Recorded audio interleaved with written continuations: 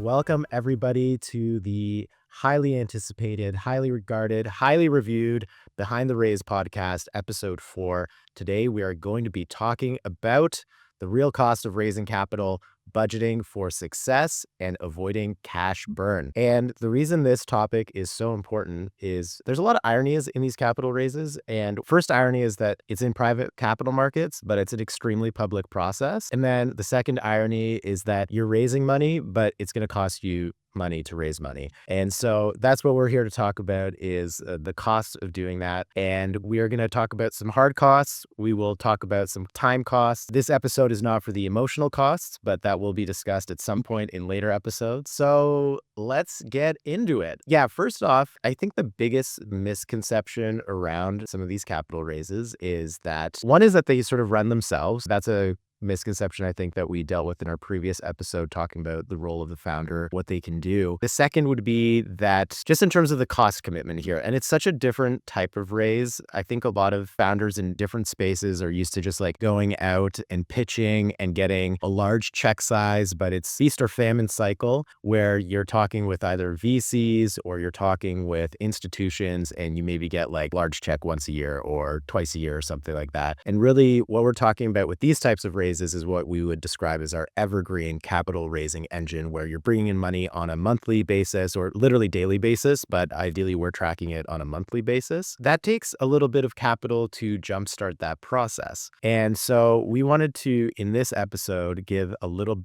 bit of insight in terms of what's required to prime the pump and what are some like baseline budget needs that you have, and then how can you get marketing to cover those costs and what are the timelines for that and how does the system scale up budget wise. So that all sounds good. I'm going to cover some of the ancillary and costs outside of marketing that founders should take into consideration before we open it up and bring Brendan in on the marketing budget side. So before a raise even goes live, there's a couple of costs to consider here. One, there's legal and compliance. So you're going to need to draft up your regulation documents. So these would be either your Reg D, Reg CF documents, Form Cs, that type of stuff. That can be anywhere between 15,000 to, upwards to 75, depending on the complexity of the raise. Maybe if you're doing like a Reg A, we have a client right now that's targeting a NASDAQ listing after a Reg CF. So they're basically drafting their legal documents to be NASDAQ ready, and they're basically treating their Form C as the S1 to get onto the NASDAQ. And so their Form C is like super intense because they need to be as transparent as possible and show as much disclosure as possible for their NASDAQ listing.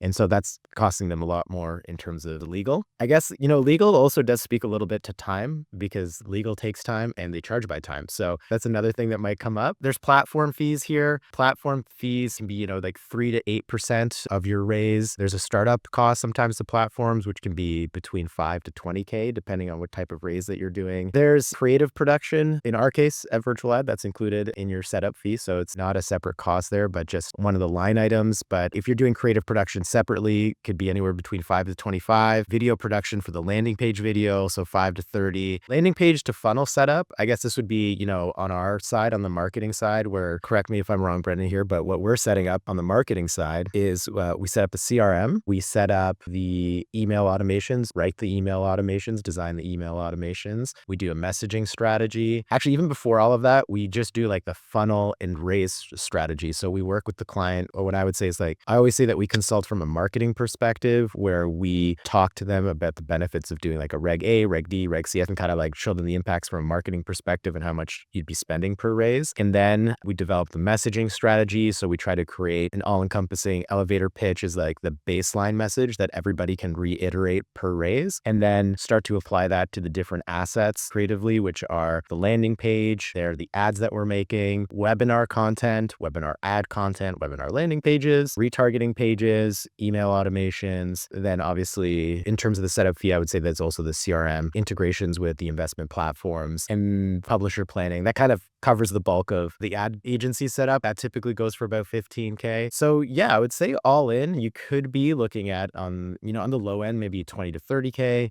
or 50K. If you're doing a super intense setup, maybe it's even more than that. So those are some pre-raise budgets that before you even like raise a cent, you're already looking at that. So that's something to consider. And that's why you generally see companies ways they're already generating cash flow doing these types of raises because they already have some sort of capital stack or revenue that they can allocate to this. But that's enough of me chatting. Brendan, into the conversation, talk a little bit about marketing budgets. And maybe, Brendan, you can kind of come in here because you've done a lot of planning with clients from the off the hop, scaling them up. Maybe you could just talk a little bit about the process and give some insights in terms of where do you even start with a client when they come to you and they're like, hey, we want to raise $50 million or $20 million. Like, where do you go from there? Yeah, that's a good question, Martin. I think obviously we want to work backwards from their goal and the timeline to achieve that goal. The actual offering exemption plays a big role in terms of how we're going to manage the marketing funnel. So, if it's a crowd fund, the marketing funnel needs to be a lot more transactional. If it's not, and it's something that's more centered around booking investor meetings, then the marketing funnel would also look a little bit different. In terms of the budgeting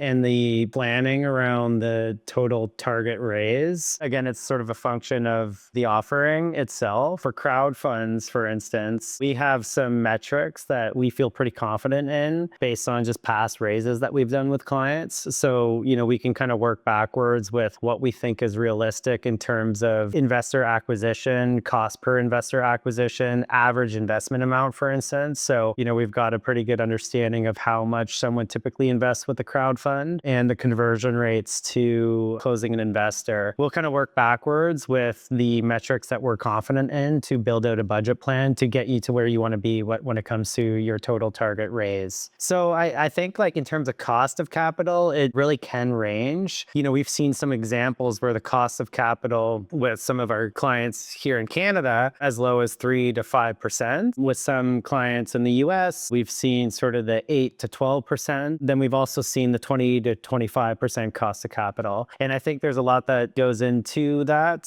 So, for some of the lower cost of capital examples, the brand might be really well known, or, there already might be an established company. So there's a lot of credibility that goes within, that sort of investment opportunity. Maybe they've got a historical returns and historical track record. So the offering is more appealing. And so you get a lot of campaign efficiencies when it comes to how much you need to actually spend to acquire investors. For crowd funds or for companies that are more startup driven and maybe lacking when it comes to product validation, and they're still sort of testing the market, there's a little bit more investor hesitation around that. So the costs associated with getting an investor might be a little bit more expensive. Long story short, the biggest cost driver though to raising capital online is going to be your advertising direct costs. So it's going to be the ad spend that goes directly to Meta, Google, LinkedIn, publishers, different channels that we're using to amplify the opportunity to potential investors. And it can really range anywhere from that as low as 3% if you're a really well-known brand, all the way up to 25% cost of capital if you're,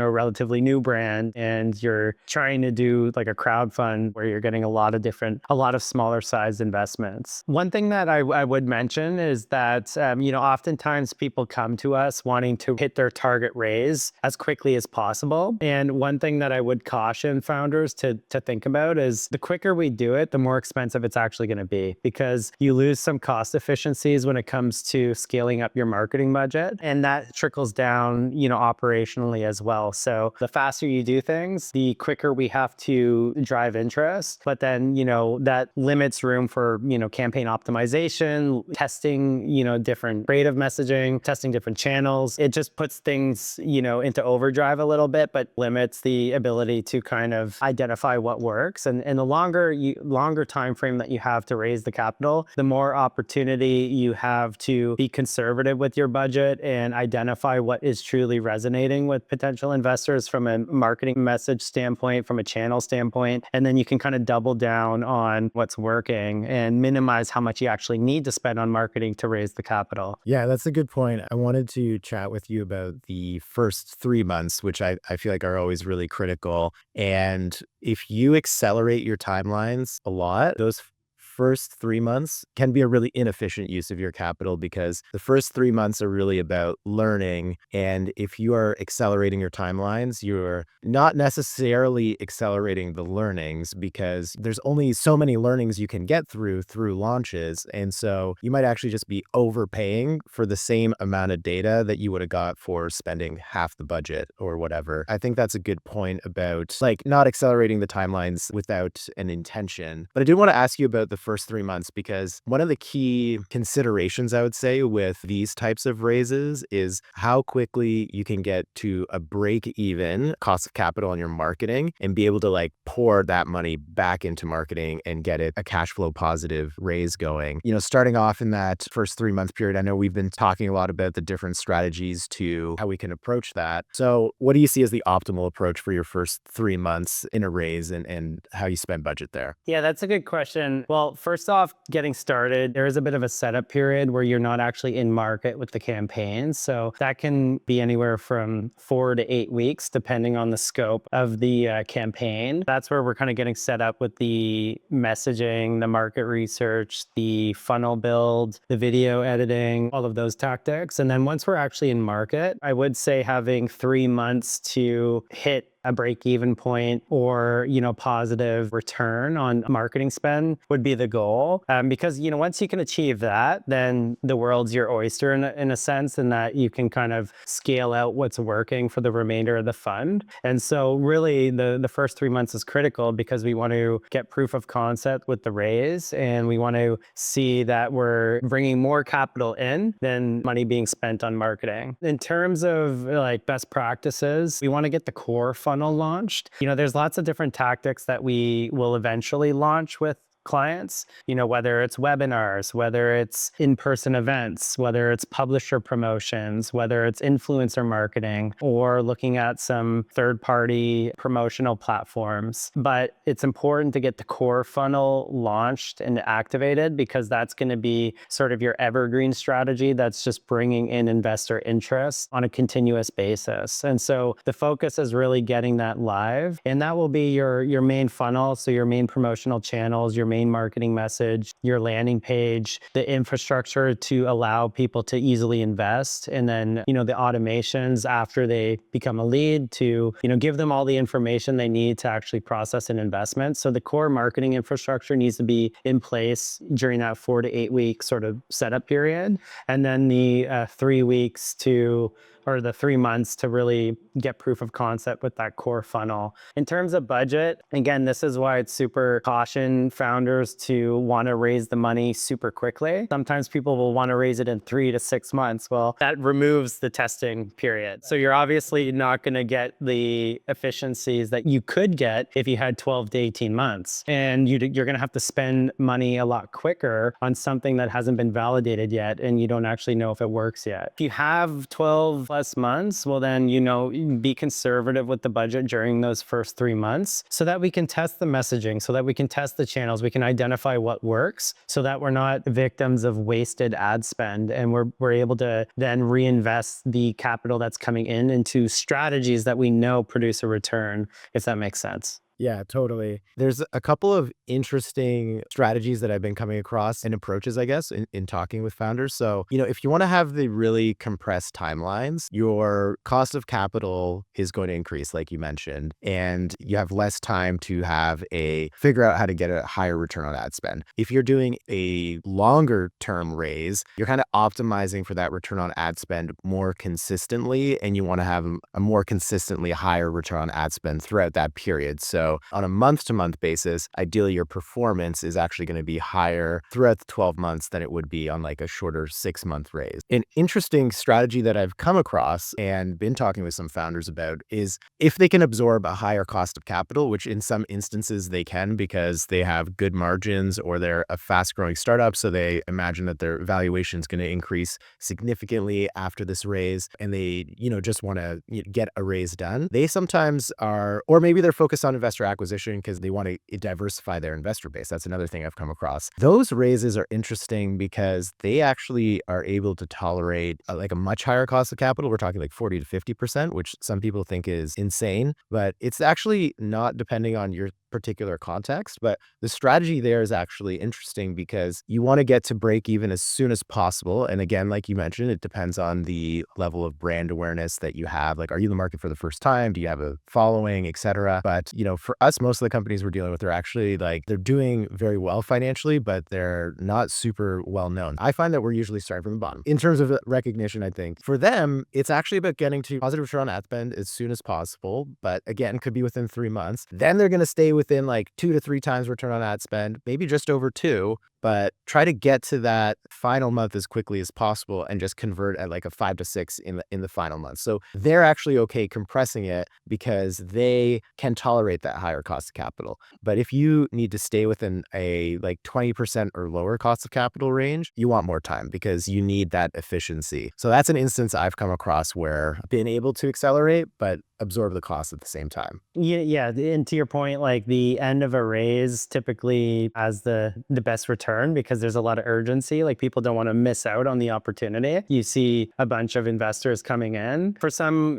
companies, they're okay with, working towards that final 1 to 3 months. But the risk with that is obviously being okay with lower return or a higher cost of capital for the majority of the raise. That's why I'm a big advocate of like, obviously, if you have more time, then you can kind of spread those returns across a higher number of months. And there's different scenarios, right? Like some clients want to just raise the money and they're actually gives them the validation they need to approach VCs or approach institutional investors. So it's not so much about the cost efficiency, so they just want to get the money in as quickly as possible. We have another client, mentioned Martin, that just wants to go on the NASDAQ, and so there's some like criteria that they need to hit in terms of number of investors in order to be able to achieve that. So they'll do whatever it takes to kind of get to that threshold. So a lot of different situations. Was chatting with somebody on the real estate side, which we have found has a lower tolerance for a high cost of capital. Here's another instance where people can absorb that or are willing to is, they have a group of institutional investors that won't hop in until they reach like maybe a $5 or $10 million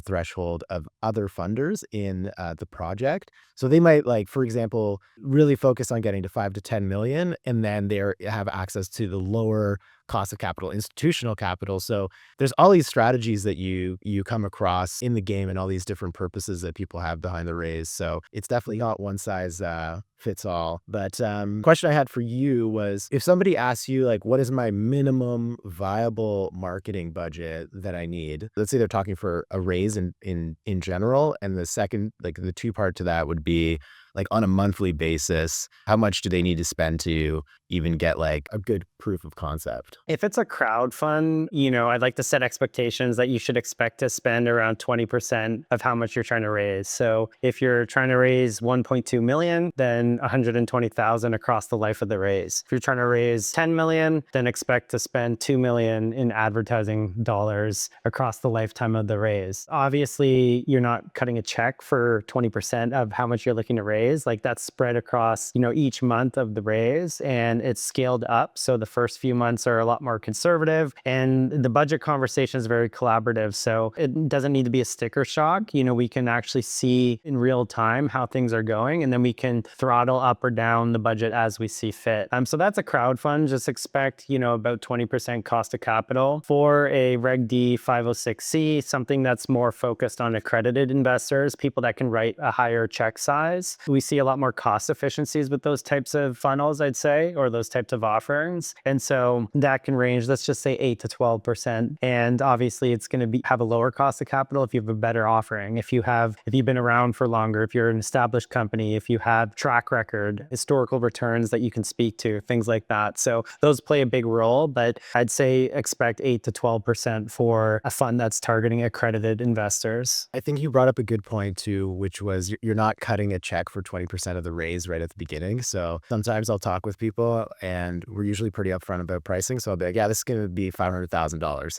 And they're like, I don't have $500,000. Like there's no way I'm spending that at the beginning. And I'm like, yeah, you don't have to spend it all at the beginning. It's actually scaled in. And so in terms of the actual flow of cash, you're really, depending on how long it takes you to get to that break even, you might only be in a negative cash flow balance for like a month or two. And then it's all cash flow balance. So that $500,000 that you spend on marketing might just come from an initial $50K investment that you put at the beginning of the raise. I think that's a fairly big misconception as well, because people think they need to have $500,000 in the bank to to take this on. Yeah, exactly. Like the whole goal of those first 3 months is to get that positive free cash flow so that you're reinvesting that into the marketing budget. So you don't need the working capital on hand at all, to be honest. If you're using the capital that you have on hand for that 20%, then the thing's a failure. So yeah, it's kind of like an intimidating number to people. But when we go through the budget plan and the forecast, then it makes sense, right? And it's such a continuous conversation, collaborative conversation every week in terms of how much we spent the previous week, how much cash came in, and then that can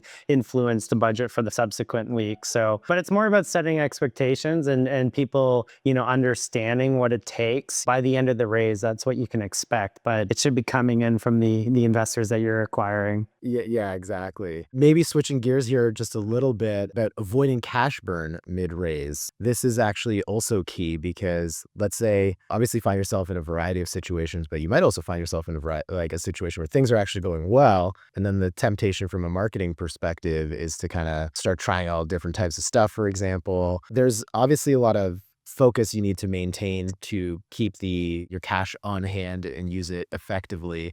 How are you guiding issuers to make sure that, regardless of the situation, whether they need to up their efficiency or things are going well, how are you kind of keeping them on track to make sure they're not burning any cash throughout mid-raise phase? Kind of going back to the previous conversation, it's a very collaborative conversation when it comes to budgets, and we're very prescriptive with the cash that's required to hit the target in terms of so there's a lot of transparency with that communication. So, and there's meetings, right? So we're having the discussion and the feedback loop in terms of how things are going. So there's really no gap in terms of communication with the founder or the client and us. And so as long as we're being very collaborative, and the people that we're working with, the companies that we're working with, will have a good understanding of how much capital is needed in order to continue moving the marketing campaigns forward. So I think in terms of cash burn, like the timelines play a role as well, like we already spoke about. For instance, if you want to say you have a team of investor relations staff that are taking meetings and you want to raise $10 million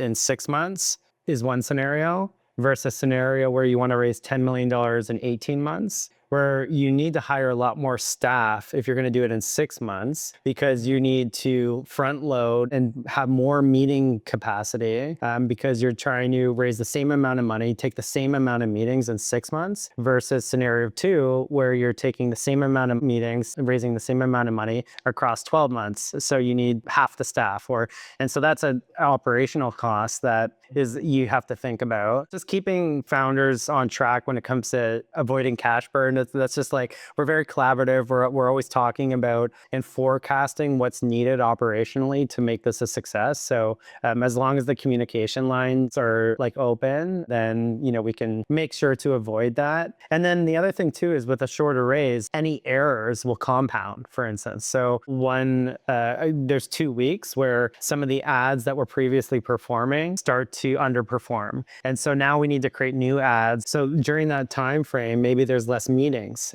but you have 8 IR reps on staff trying to figure out what to do, with themselves. And then also, if you're doing more meetings in one day, there's likely some like inefficiencies that come with that, or maybe missed opportunities because you're managing a lot. So there's a lot to think about, but I'm a big advocate for just, having more time so that, you can get those campaign efficiencies, you can spend less to raise more. And then also, when it comes to cash burn, we just need to have like really good communication between us and our clients to make sure that we're on the same page with everything. Totally. So time is money is what you're saying. Time is money, but more time is less money. Less time, less money. I mean, which is it's not a bad thing too. We can move quickly, but you just lose the opportunity to optimize, to tweak things, to refine the process. Some people want to raise the money quickly, and they're okay to sacrifice the cost of capital because they want to get more investors in, and that's fine too. That's a lot of really good points there, like that you're talking about the other cost considerations in a particular strategy, like second and third order costs are important to consider. Another thing that can also happen from like a founder perspective is like especially in marketing and media is shiny object syndrome because marketers do a really good job of hyping up certain tools and getting people enthusiastic about them. And so sometimes it's tempting to want to spend in certain channels, but they might have a fairly poor track record. So it's important to also, when making media investments, focus on channels that have the highest probability of return, and the trackability of that return is also really important. So there's a lot of shiny objects in terms of media, but when thinking of what to invest in, it's what's the track record, what's the trackability of those potential channels is important as well. Yeah, there's a lot of assumptions in terms of where a founder may think their investors are. Like, whether it's like LinkedIn, for instance, can be a more expensive platform when it comes to the marketing metrics. So there's just different, benefits and disadvantages of different tools. And yeah, it doesn't make sense to invest in something because there's an assumption that it's got the right audience when there's a tool over here that just is a lot more efficient from a campaign spending standpoint and also historically can drive better results. My personal experience, I always say that LinkedIn always works in theory, but never in practice.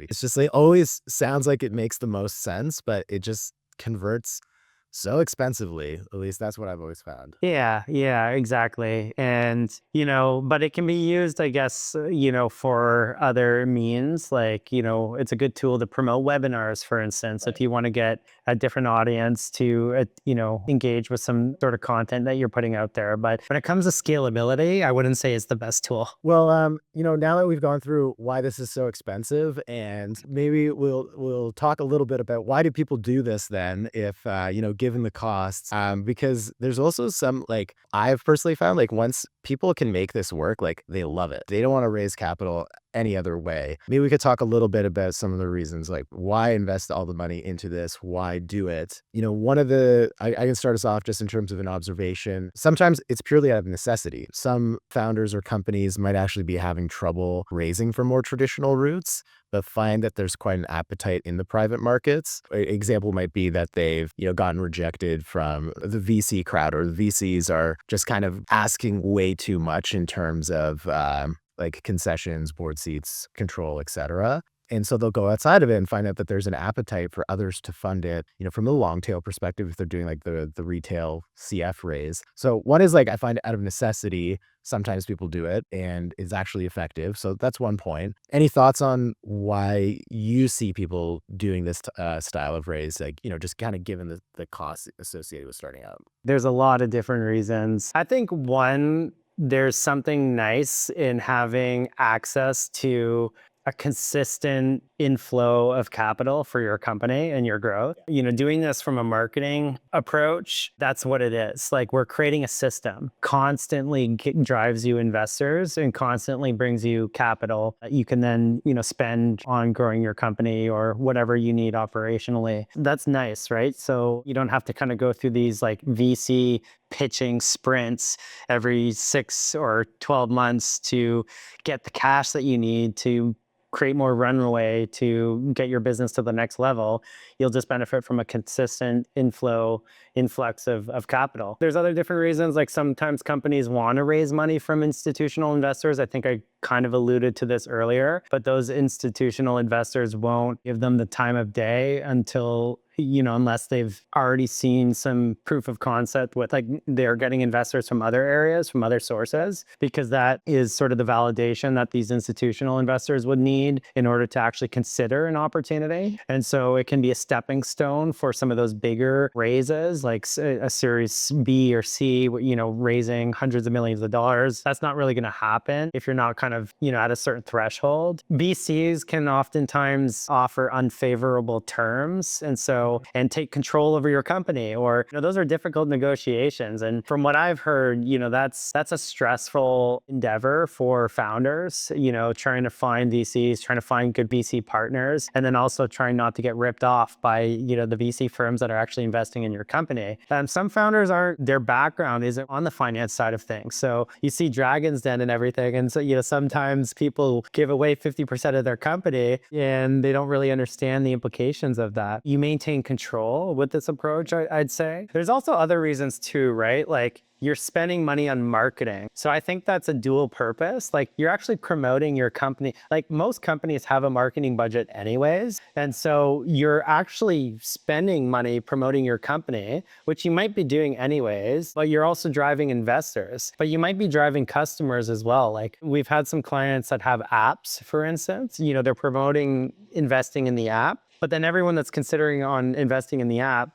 is going to download the app and become a user. And so they're actually getting user acquisition as well. So there's a lot of different reasons, but to be honest, I really think this is, a nice approach to raising capital because there's just a lot of predictability and you don't have to deal with or worry about unfavorable terms when you're trying to raise capital. That's such a good point. I think that you nailed it on the head there, and that's a big reason why we see a lot of people choosing this method. So, if you were to leave, our listeners with a piece of advice when it comes to, the costs around raising capital, this particular method, what would you leave them with? Be open-minded, like, have the conversation, take a look at what the actual budgeting sheet looks like and understand that, you're not cutting a check for 8 to 20% of how much you're looking to raise. It's very scaled and that's built into the plan. And really, like you said, Martin, you're not going out of pocket actually